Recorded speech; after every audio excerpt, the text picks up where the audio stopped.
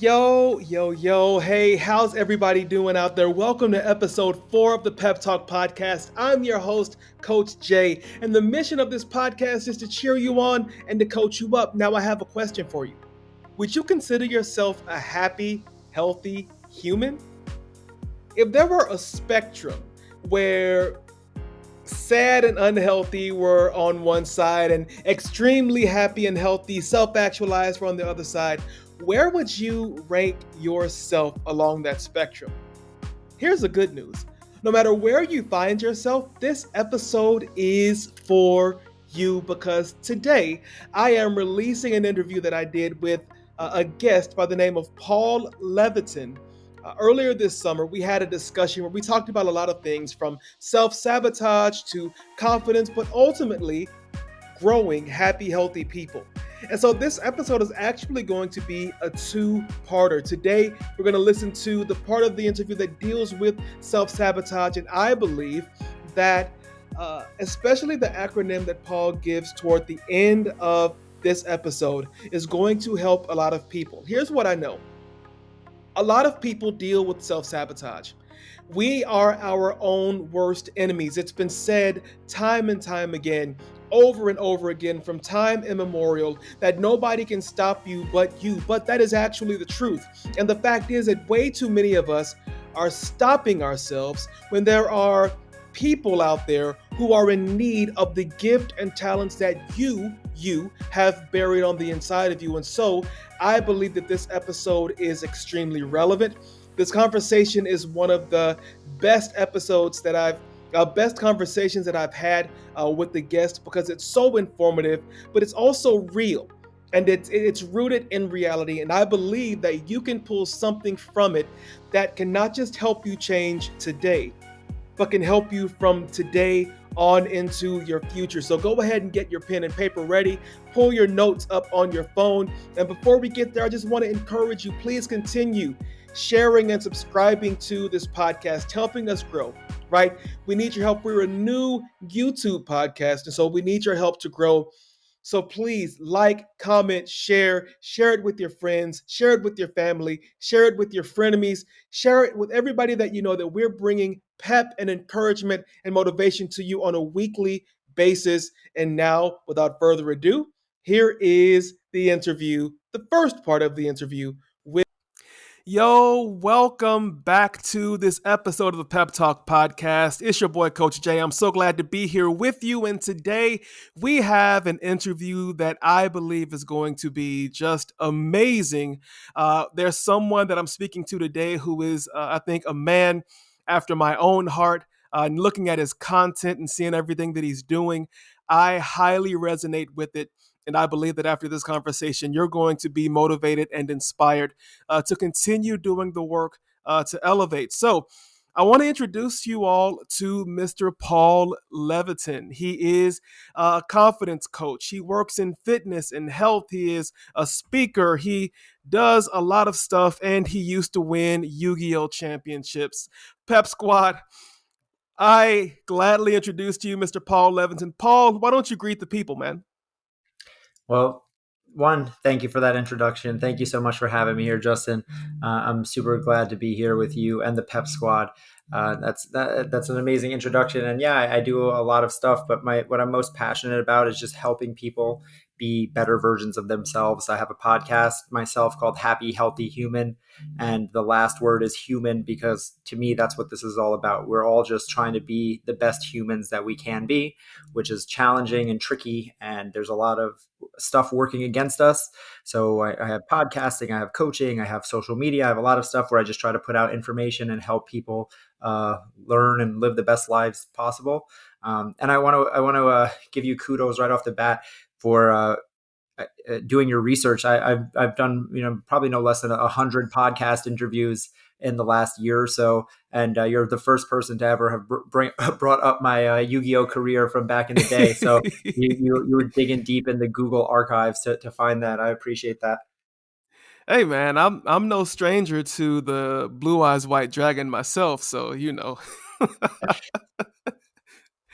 So I generally like to start these conversations. I'm a big comic book fan, And the thing that I love about comic books are the origin stories about how the heroes, finally recognize who they are and they just go about becoming like Superman, discovering he has powers and he can beat up everybody or whatever that is. So if you were to write an origin story for Paul Levitin that would lead up to this point in life, what would that origin story be?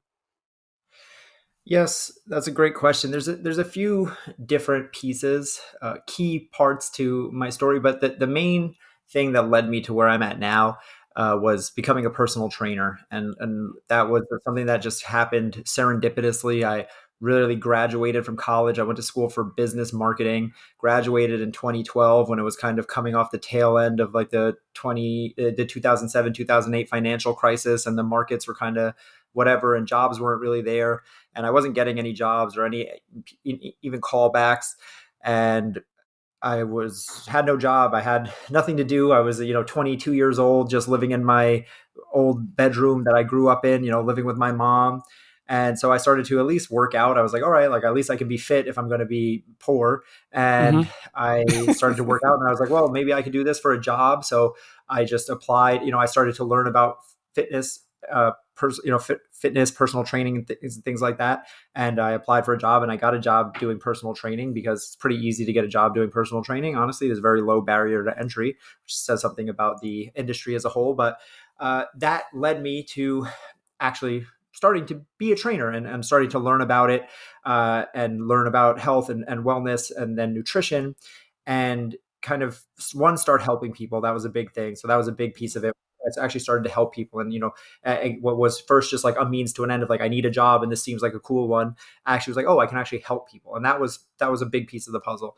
But then the next big piece was when I realized that there's actually more to it than fitness. So, you start with fitness, and then it's like, okay, fitness, like I got it. I can tell people how to work out. I can help them. It's like, okay, but now everyone's not getting fit. It's like, oh, I need nutrition. And it's like, okay, well now I understand nutrition and I understand fitness. Now I got the whole puzzle put together. It's like now I can definitely help everyone.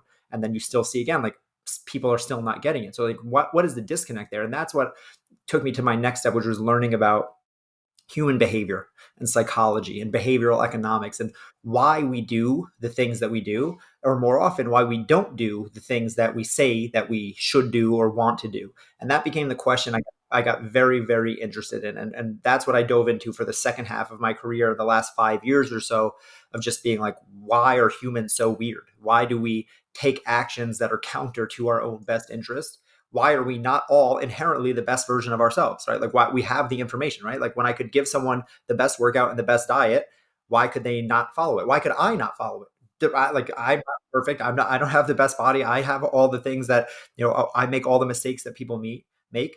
So that became the thing that became very interesting to me. And I kind of transitioned away from health and fitness. Again, I still have that background. I can still very much talk on it and help with it, but it became less interesting to me. And I became much more interested in the why behind the what, and psychology and that type of thing. So it kind of steered me in that direction to where now I don't even work in fitness anymore, but I'm still passionate about helping people create change.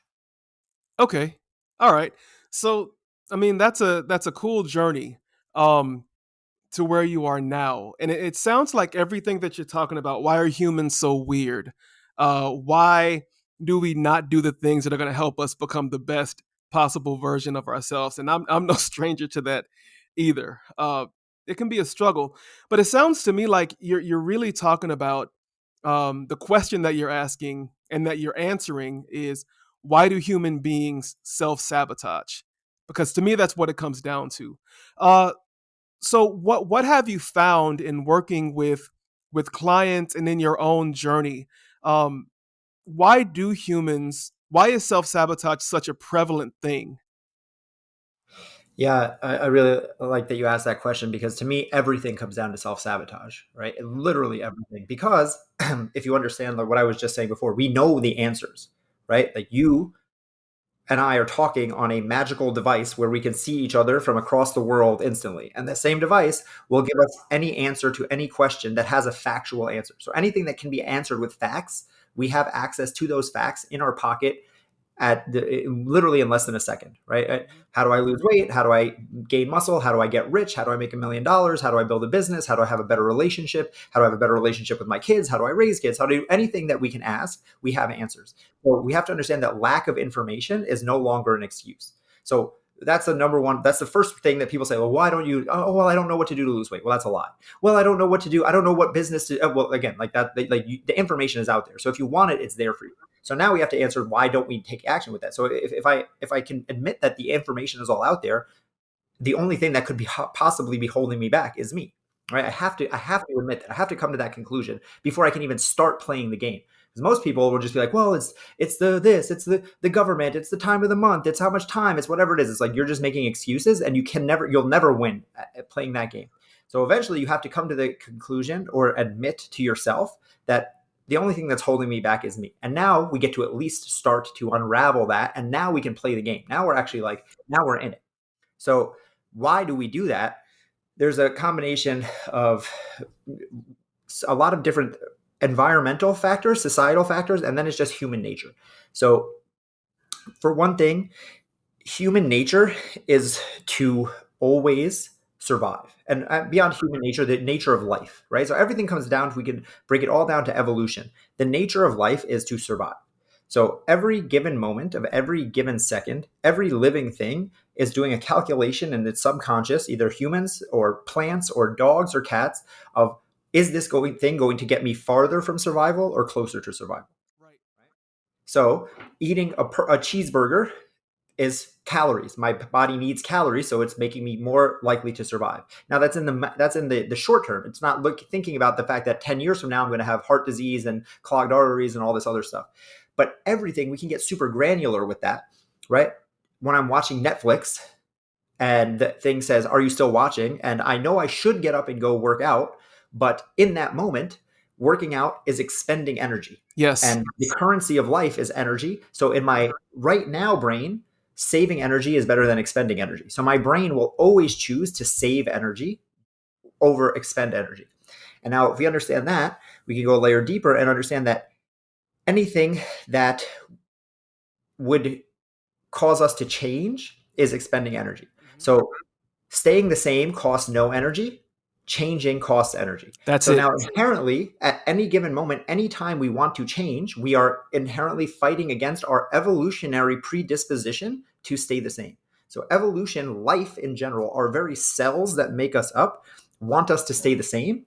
And anything that we want, be it a better body, more money, a better relationship, a successful business, or literally anything, is change. It is change from what we already have. I do not have that thing, and to get it would require expending energy. Yes. So every part of my body is fighting against me in that moment. So now my body, my brain, is going to give me a logical reason to do that, because what we don't want to do is be wrong. So now we're going to go, okay, again, I'm watching Netflix and the thing says, "Are you still watching?" I don't even need to press the button. If I just sit there, the next episode will keep playing. Now, I might know that I said I was going to go work out today, but in that moment, I really don't want to do it. But my brain now will justify that decision. That decision that it wants to save energy, but it's not going to do it just because I'm lazy or something like that. So it's going to go, I really earned this. I'm really tired. I really deserve this. I can work out tomorrow. It's going to be a lot of traffic if I leave now. In a million reasons. Our brain's its biggest superpower is being able to justify things for us, because going back to survival, right? Going back to survival, everything goes through that lens of what I just said. Is it going to make us closer to survival or farther away from survival? So energy expenditure is number one. That's it. If I expend too much energy, I'll die. If I have enough energy, I'll survive. The next step, once we have enough energy, because we're social creatures, the next thing is embarrassment. Do I do what I say I'm going to do? Right? Like, this is why justice and is so held deeply. Like, it's why, like, inherently we don't like people who are like mean or lie or take advantage of people who are less than them, because we have ingrained in us, just like we have that need for energy and to save energy, we have a need for a certain level of justice and things that to be right. And that's because growing up as pack animals, before money, before society, before anything else, we needed a way to know that we could trust people. If I protect you from a bear today, that you will protect my family tomorrow. Mhm. If the hunt goes bad for me today and you give me food, you're going to do that with the assumption that next week when my crops come in, that I'm going to give them to you. Going back again, 10,000 years in the past. But all of that is still ingrained in us. So now lying is the ultimate break of that, right? That trust. So now if I'm lying to myself and saying like, I want to go work out, but like, I'm just going to sit on the couch instead, like those two things don't match. It's what's called cognitive dissonance. When I can't have two conflicting ideas in my brain at the same time. So because of that, because I don't want to be a liar to myself, my brain will find a way to justify it and will make that decision, which is sitting on the couch, ordering pizza instead of cooking, going to bed angry, right? Everyone knows, hey, again, it doesn't have to just be about food and exercise, right? Like, I want to have a good relationship with my wife, but we get into an argument and I know that we should talk about it or something like that, but I'm just going to like say, oh, it's all good and sweep it under the rug, even though it's going to fester at me and it's going to come back around later. Because again, that's the easier thing to do right now. But right now, my brain is going to go, oh, well, I just don't want to fight about it now. Like we can talk about it later or something like that. It's going to justify that thing. So that's a very long-winded answer to say why all of that leads to self-sabotage, because my brain is always trying to conserve energy and it's always trying to make me right. So it's always going to give me an excuse for why I shouldn't do the thing that is the thing that I probably in some capacity need to do. Yeah. Okay, so I love everything that you talked about there. Yes, the brain wants to survive and it wants to conserve as much energy as possible in doing that. Um, and I also love kind of how you brought that into relationships. You have an argument and you know that you should try to wrap that up, talk about it, but we don't, again, because it takes energy to have an honest and a transparent conversation to resolve that conflict.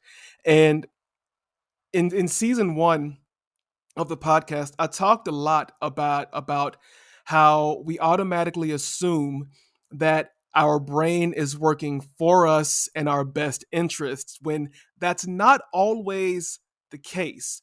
Like it thinks that it's doing the right thing for us by preventing the change or by rationalizing the reasons why we shouldn't change, but it often requires us to second guess our brains and to train our brains into functioning the way that we need it to function for that change to happen.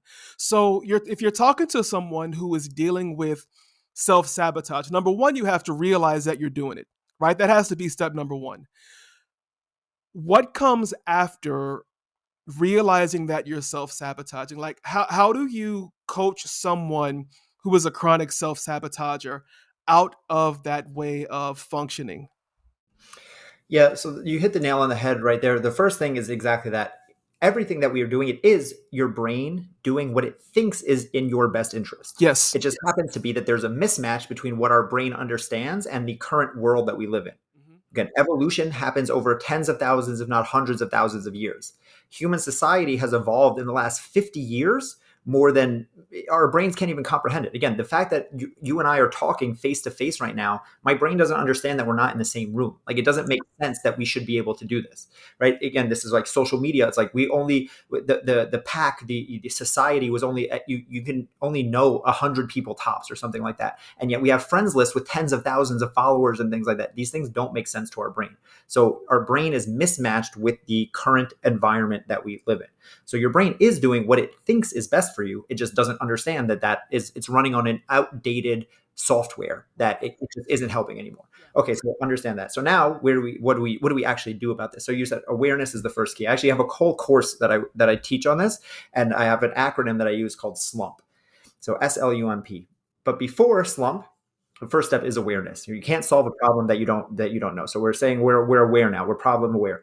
So S stands for the shoulds and supposed tos, right? This is the number one thing that people are going to self-sabotage about. Is it should be like this. It was supposed to be like this. So understand that the shoulds and the supposed tos are, again, I was supposed to be here by 30. My career was supposed to be at this point. I did this diet for 6 months and I should have lost 30 pounds. I invested my money and it was supposed to grow at this rate. And we have to understand that shoulds and supposed to, the word should is inherently at a disconnect for reality. Yes. Because if something should be, that means that it isn't, right? If I'm saying it should be like this, what I'm saying is it is not like this, and I feel like it should be, but it isn't. So inherent in that is I'm arguing with reality. I'm saying that what I want, what quote unquote should, I'm using air quotes for people listening, what should be is different than what really is. So that is going to now give my brain, right? We just talked about this, is always looking for an excuse of why I should save energy. Justice is a huge one, right? If something is not fair, my brain is going to go, this isn't fair, this isn't right. I need to save energy. So if it should be that I lost 30 pounds by now, but I've only lost 15, that's not fair when my brain is running that algorithm of, should I keep doing this? Should I keep expending my finite energy, my most precious resource? Should I keep doing this? Is going to say no. It gives me justification to quit. So all of this is always going to go right back to that one algorithm. Should I keep expending energy? Should I keep doing this? So the first thing are the S, shoulds and supposed tos. L is lacking clarity, right? So lacking clarity is, do I know what I'm actually working towards? That's a big one. Right. What is the actual end goal here? And specifically, because again, I use health and fitness as an analogy just because I think a lot of people have this idea, have tried this stuff, but this is not just about health and fitness, right? This is money, this is relationships, this is anything. I want to be happy. I want to be healthy. I want to be rich. I want to lose 20 pounds. It's like, okay, what do these things actually mean? I want to be happy, or again, I want to be rich. It's like, okay, you're working towards being rich, but what is rich? What does that mean to you? And then your brain, because you don't have a set finite end goal destination, your brain is running that algorithm all the time. Is this good for me? Is this good for me? Should I keep expending this energy? And because you're just working indiscriminately towards a destination that you'll never reach because it's not a real destination, it's going to go, no, this is stupid. Can't keep expending energy on this. I'll never get there. And gives me justification to quit, right? Exactly. So SL, U is uncertainty. So uncertainty and lacking clarity kind of go the same way. Uncertainty is the deepest human need is certainty, right? Again, that algorithm. Should I expend this energy or not? My brain wants to know, if I expend this energy, I will receive X, Y, and Z in return. So if I'm going to the gym, I will go to the gym if I know for a fact that I will get the result that I want. Yeah. Right? So I use this as an example. It's like, whatever the goal is that you have, whether it's, again, building the thing that you keep saying over and over that you want to do, that you keep starting and you keep trying and you keep falling off, whether it's a diet, whether it's building a business, whether it's meditating, whether it's, again, writing more, whatever the thing is. If I sat you down today, opened up a briefcase, turned it around on the table, opened up a briefcase, and there's $1 million in cash in it. And I said, you signed this contract right here. And in 1 year from today, if you've worked on your goal every single day for the next 365 days, you get this $1 million guaranteed. You just signed a contract. I guarantee every person listening to this will get that $1 million, right? Because there is certainty in what they are getting. They know for a fact they will get it. So you can get yourself up to do the work when you have certainty that you will receive the result. And now the problem is that nothing is certain. You can do the work 100% of the time, right? You can have 100 people who do the same workout 100 days in a row, and they're going to get 100 different results. Same thing with a business plan. You can go and buy the Steve Jobs handbook. You can go buy the Elon Musk handbook. You can go buy the Mark Zuckerberg biography and follow his steps, step by step by step. Now, is there a good chance you'll be in a good place when all of that plays out? I mean, probably. You'll probably be better off than when you started. But are you guaranteed to have any result? Absolutely not. And because of that, justice, my brain is running on this algorithm. Is that fair? Is that fair? I was promised this. You told me that if I went to the gym every day for 6 months, I'd have abs, and now I still have a belly. That's not fair. I'm not going to keep wasting energy on this. I'm going to quit. So that's you. 2 more, and then I'll wrap up.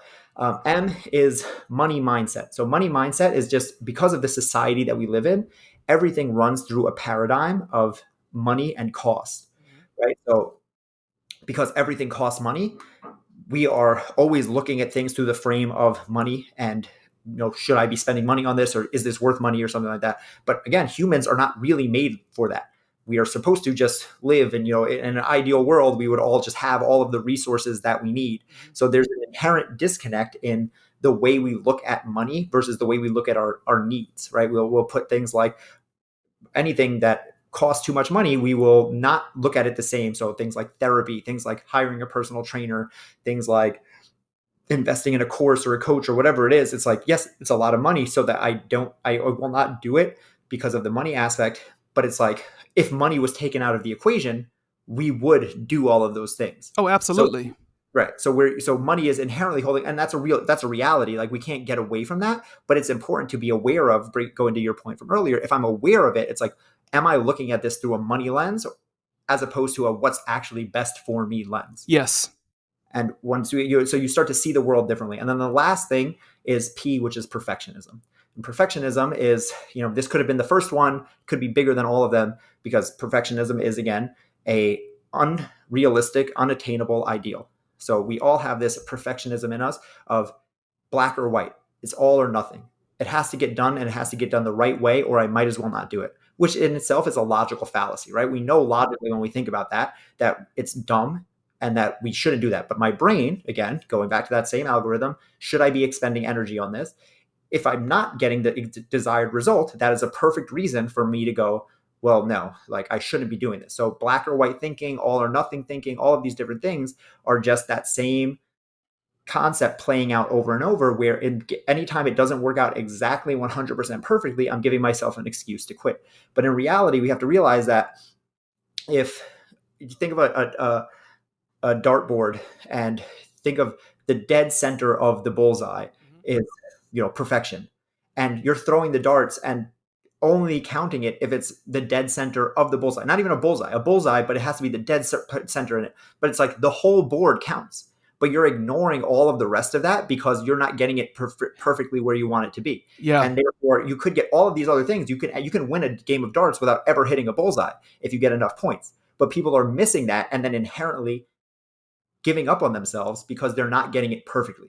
So again, it's an impossible standard to hold themselves to. So they end up falling off and then justifying it because it's like, oh, well, if I can't do it perfectly, I might as well not do it all, which is just, again, logic. It's just our brain trying to keep us stuck. And then all of those go together. And usually if I break that down to someone, those 5 pieces, they will start to see at least one of those as the place that they're continually getting stuck. We're creatures of patterns, and usually one person will have 1 or 2 of them that they continually find themselves kind of bumping up against. Yeah. Didn't I tell you?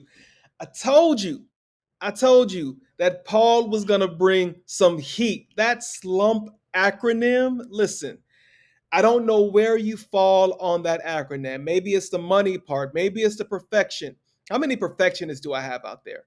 How many closet perfectionists do I have out there? I think that anybody can find themselves somewhere in that acronym, even though it's meant to just help people who are self-sabotaging.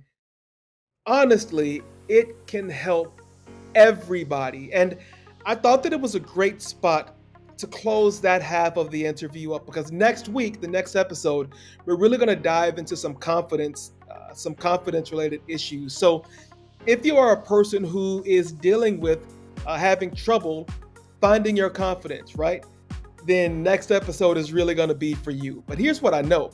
People who self-sabotage usually have confidence issues. And so I think that if you listen to this episode, if you watched this episode, then you definitely need to watch next week's episode, because it's gonna be more fire. But listen, thank you all for hanging out with us for episode 4 of the Pep Talk podcast. Again, while this is not a new podcast, this is a new YouTube podcast, and so every watch that we get, every bit of watch time, every subscription that we get, every comment, every like, y'all, it means the world to us. And if you're telling your people, y'all, thank you.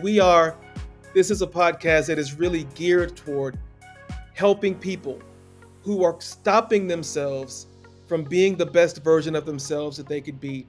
And so we want to provide strategies. We want to provide tips. We want to provide encouragement. We want to bring the pep every week to you to help you get out of your own head and help you get your gift and your talent and your ability out into the world. So again, I am your host, Coach Jay, and it is my privilege. I can't talk.